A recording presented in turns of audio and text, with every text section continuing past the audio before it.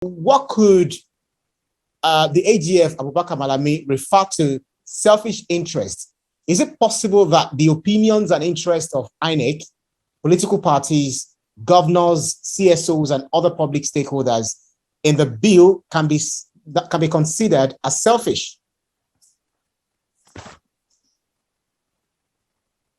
The truth is, the Attorney General is himself a selfish individual.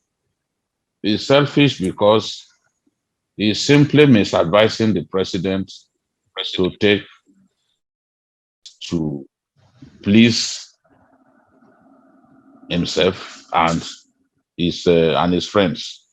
What, in my view, they do not like is the provision in the Electoral Act Amendment Bill that says those who want to contest elections should resign their positions at least 6 months to an election, or some months to an election. I'm not so certain now.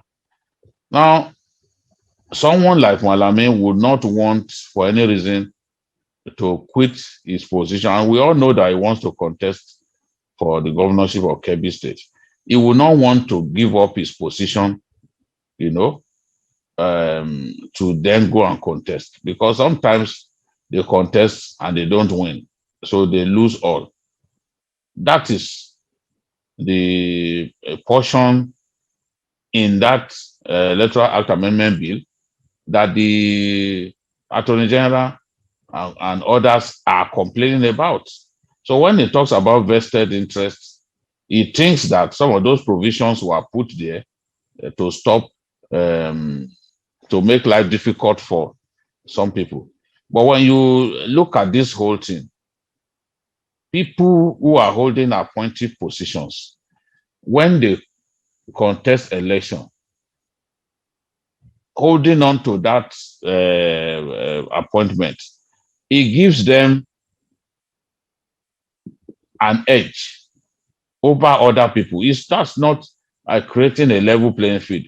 They use the resources of their office. They use the perks of their office as an advantage against other people who are contesting for the same position. Sometimes even security agents attached to them.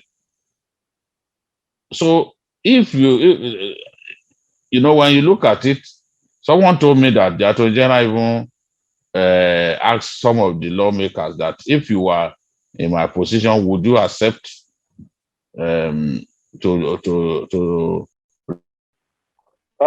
take your microphone.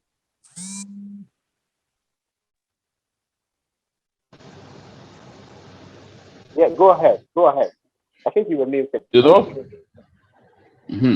I said all of these issues have a lot to do with the contest for power within the APC, because within the party, the whole idea of direct primaries came up because some governors hijacked the world congresses of the APC.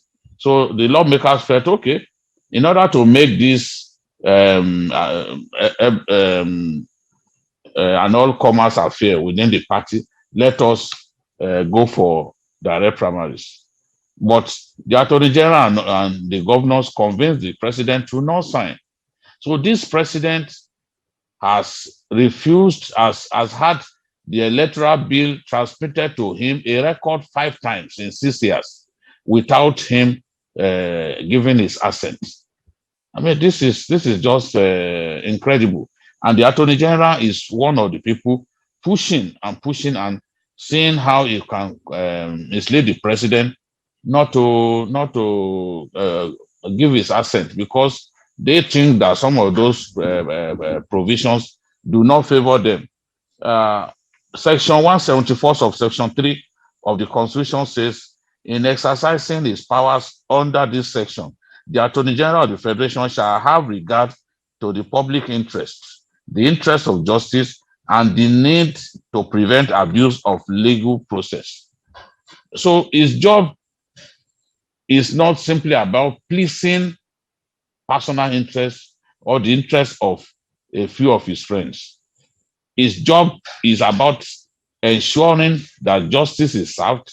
His job is about ensuring that the interests, the overriding interests of the generality of Nigerians, is protected.